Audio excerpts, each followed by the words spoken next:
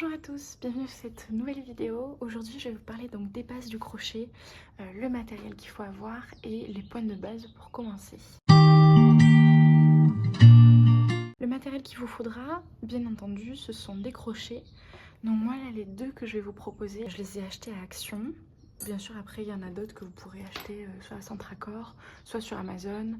Vous avez voilà tout type de crochets que vous pouvez acheter un peu partout. Moi je sais que chez Action du coup j'aime bien ceux-là. Ils ont le bout en plastique là qui est assez ergonomique, donc pour travailler c'est bien et pour commencer je pense que c'est bien.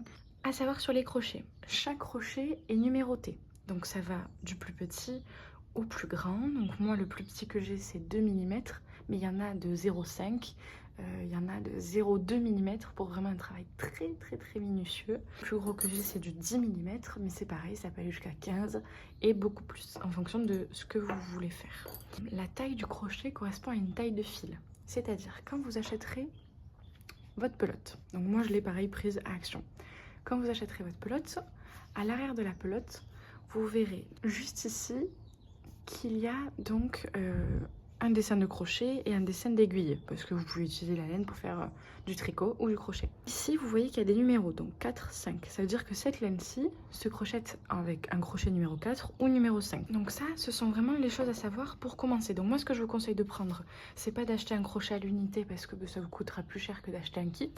Vous allez à Action, ceux-là, ils sont sous forme de tube. Normalement, vous avez un petit tube en plastique avec tous les petits crochets comme ça. Et eux, ils sont dans une boîte carrée, voilà. Il y en a d'autres, un bleu et un vert normalement. Ensuite, ce que vous aurez besoin, donc ça, c'est pas indispensable. Je vous le dis quand même pour si un jour vous souhaitez les acheter, mais c'est pas indispensable. Ce sont des aiguilles à laine. Donc ce sera pour fermer par exemple des projets, pour coudre ou quoi. Mais en fait, vous pourrez très bien le faire au tout début avec un crochet. Donc ça, ne vous attardez pas dessus si jamais. Vous pouvez en trouver à Centracor. Et sinon après sur Amazon ou dans les magasins comme Cultura ou même dans des merceries qui sont près de chez vous. Ensuite, vous avez donc les marqueurs de mailles. Ça c'est important, surtout au début quand vous n'arrivez pas trop à visualiser les mailles et que vous ne savez pas trop où commence le rang, où termine un rang. De toute façon, je vais tout vous expliquer après. Donc soit vous prenez un marqueur de mailles comme ça, que vous trouvez, moi je les ai trouvés sur Amazon, c'est ma tati qui me les a donnés surtout. Mais voilà, donc sur Amazon, ou sinon vous prenez une épingle à nourrice et ça fait très bien l'affaire. Hop. Voilà, une épingle à nourrice comme ceci. Et ensuite, bien sûr, une pelote. Donc moi, je l'ai acheté à Action. Et sinon, pareil, vous en avez à Centracor. Vous avez un grand rayon mercerie à Centracor. Vous avez à Cultura. On continue avec les différentes pelotes que vous pourrez avoir. Les pelotes, il en existe par milliers. Vous avez différentes matières. Donc celle-ci, c'est du fil chenille, plus généralement utilisé pour faire des doudous ou des choses un peu plus douces. Il existe la mohair. Pour débuter, ne commencez jamais par ça parce que ça va être beaucoup trop compliqué. Ce que je vous conseille pour débuter, c'est soit le coton, donc celui-ci est un peu trop fin, soit directement de l'acrylique. Ça, c'est le mieux. Ça, pour commencer, c'est le mieux. Vous en prenez une à 1,50 € à Action, ou 2 €, je sais pas. Et vous aurez de quoi crocheter. Pour reconnaître avec quoi se crochette une pelote, donc comme je vous ai expliqué dans la partie précédente, vous avez du coup une image avec un crochet et des aiguilles. Avec donc le numéro 4 ou 5. Chose à savoir, si admettons vous avez un projet et que vous souhaitez faire un grand pull ou un grand plaid ou je sais pas, quelque chose qui nécessite plusieurs pelotes, pour être sûr d'avoir toujours la même pelote, puisque vous pouvez avoir la même pelote en même coloris, mais le fil peut changer. Veillez toujours à regarder le numéro de bain, donc ça s'appelle batch numéro à Action, mais généralement il y a écrit bain. Ce numéro, ça doit être le même sur toutes vos pelotes, ce qui fait que vous êtes sûr d'avoir exactement la même pelote pour tout le long de votre projet. Voilà, pour les pelotes c'est fini. Donc moi ce que je vous conseille c'est vraiment de commencer avec une pelote en acrylique. Donc c'est parti pour les points de base à savoir. Comme je vous l'ai expliqué, aujourd'hui on va s'occuper de travailler avec une laine acrylique pour que ce soit plus simple pour vous. Donc cette laine se crochette en numéro 4 ou numéro 5. Alors première chose à savoir, comment tenir son crochet, comment tenir son fil pour qu'il soit toujours en tension, parce que le fil doit toujours être en tension. Pour ma part, le fil, j'ai pris l'habitude de le tenir, donc je mets mon petit doigt comme ça. Je le passe sur tous mes doigts. Et là, avec le majeur et le pouce, je le tiens. Et en fait, je viens après, hop, faire mes trucs comme ça.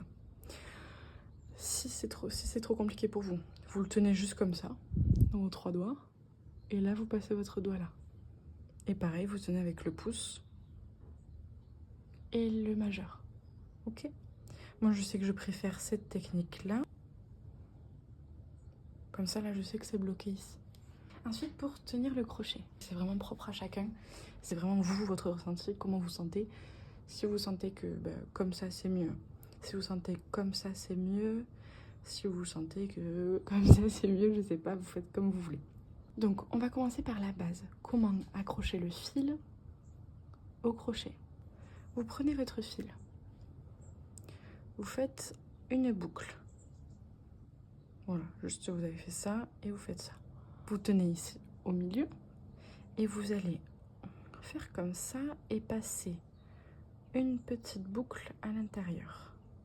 Vous tenez tout et vous tirez. Et là, vous mettez votre crochet dedans et vous tirez. Ça s'appelle un nœud coulant. Pour les gauchers, je vous invite à aller voir les vidéos spéciales gauchers pour comprendre comment le tenir, comment le faire. Mais sinon, après, vous pouvez revenir sur cette vidéo. Donc là, on a fait notre premier nœud de base, le nœud coulant. Ensuite, on va commencer par faire une chaînette.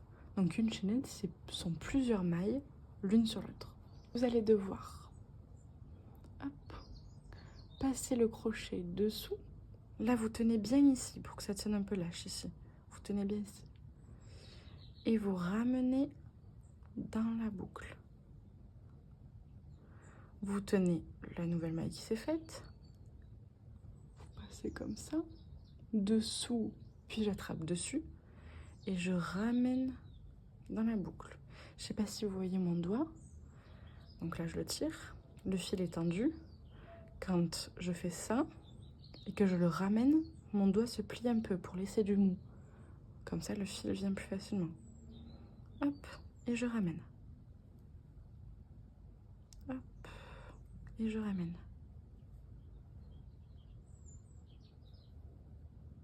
Voilà. Et ça forme une chaînette. Et le point qu'on est en train de faire, donc celui-ci, c'est une maille en l'air. Vous faites une petite chaînette, on va dire, de 10 mailles en l'air.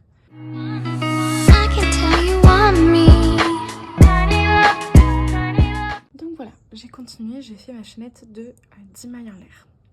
Chaque projet, peu importe ce qu'il y a écrit au début, admettons, il y a écrit que ça doit commencer par 20 mailles en l'air, il y aura toujours 20 mailles en l'air, plus une maille en l'air supplémentaire qui servira pour aider à commencer le rang suivant en fait. Donc là, j'ai fait 10 mailles en l'air. Je fais une maille en l'air supplémentaire, mais qui ne compte pas comme maille. C'est-à-dire qu'elle est là juste pour aider à continuer le projet. Donc, cette maille-là, on ne la compte pas. Là, on va faire ce qu'on appelle une maille serrée. Pour reconnaître une maille, c'est simple. Une maille, c'est un V. Vous les voyez là, hop, hop, hop, hop, hop, hop, hop. C'est-à-dire que là, nous allons voir le point de la maille serrée. Donc, la première ne compte pas, on a dit. Donc, vous piquez dans la suivante. Hop. Vous allez récupérer votre fil. Vous voyez qu'à chaque fois, mon doigt laisse du mou pour que le fil puisse venir. Hop. Vous avez 2 boucles. Et là, vous passez une nouvelle fois le fil à travers les 2 boucles. Ça vous fait une maille serrée. Ce que je vous invite à faire, si vous avez les marqueurs de maille, et ça, pensez à le faire à chaque fois quand vous débutez le crochet, puisque c'est cool pour vous, au moins vous saurez vous repérer, c'est de la marquer. Hop. Donc vous voyez, vous avez fait votre petit V, vous marquez votre maille. Comme ça, vous savez que elle, c'est la première. Et là, vous continuez tout le long. Donc vous piquez dans le deuxième V, juste là. Donc ici non, parce que c'est là où il y a le fil. Donc non. Hop, vous récupérez. Vous avez 2 boucles. Vous faites un jeté et vous ramenez. Là, hop. Et vous devez au total avoir 10 mailles.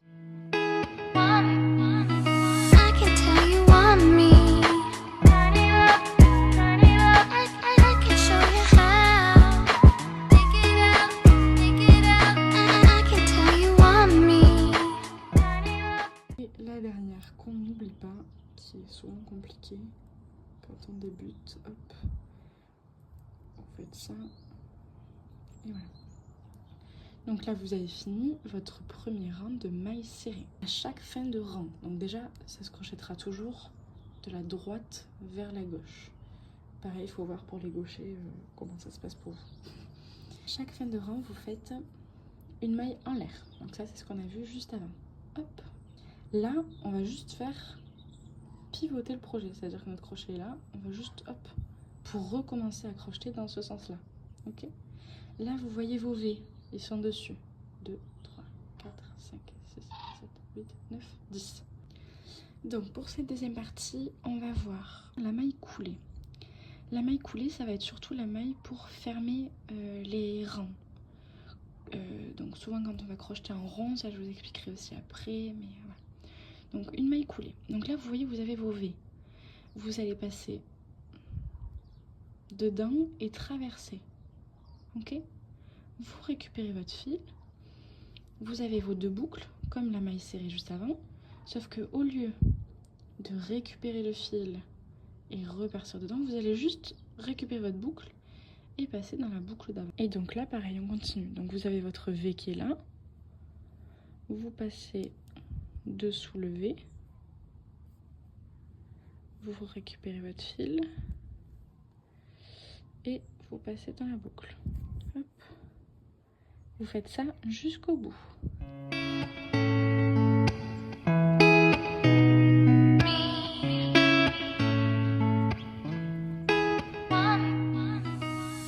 Et vous n'oubliez pas la maille. Hop. On est arrivé à la fin de notre rang. Ensuite, pour faire notre demi-bride, on va faire un jeté. On va passer sous notre V. Hop. On récupère notre fil. Et on a 3 boucles là sur le crochet. Hop. Et là, vous allez venir passer le fil dans les 3 boucles. Hop. Et voilà. Et donc ça, c'est une demi-bride. Vous passez sous les 2 brins du V.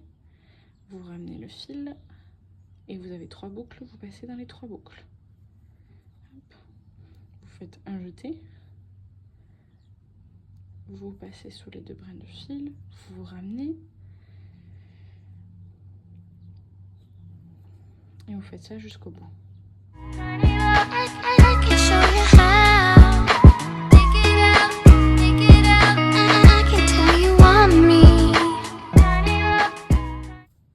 Et une maille en l'air, toujours, à la fin de chaque rang. Okay. Donc là, vous voyez que c'est une maille qui est un peu plus grande que celle d'avant. Voilà, et vous avez toujours vos 10 mailles ici. Ok. Vous les voyez bien, là, on les voit vraiment bien, la levée. Ensuite, nous allons partir sur la bride.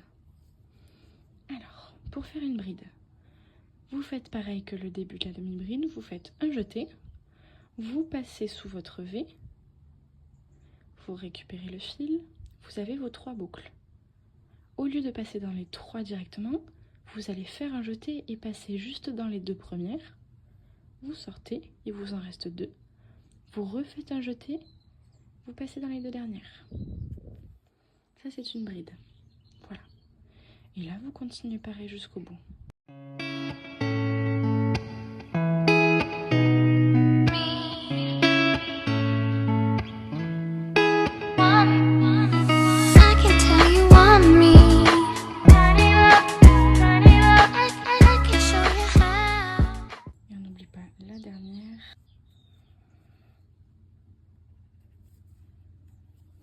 Et une maille en l'air, toujours, ok.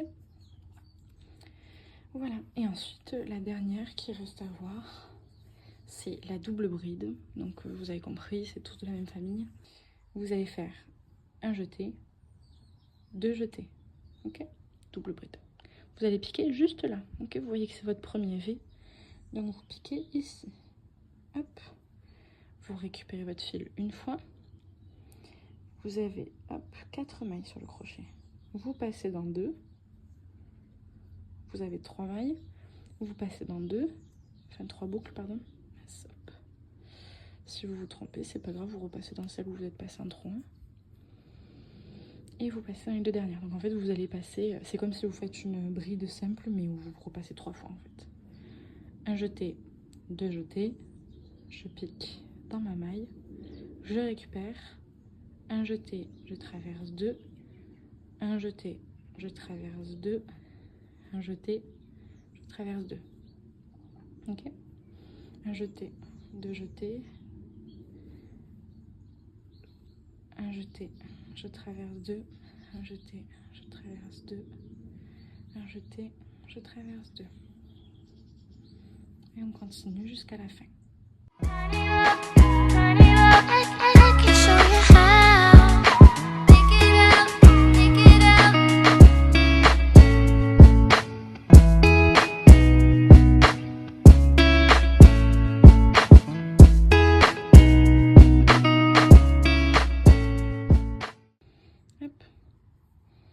Et une maille en l'air.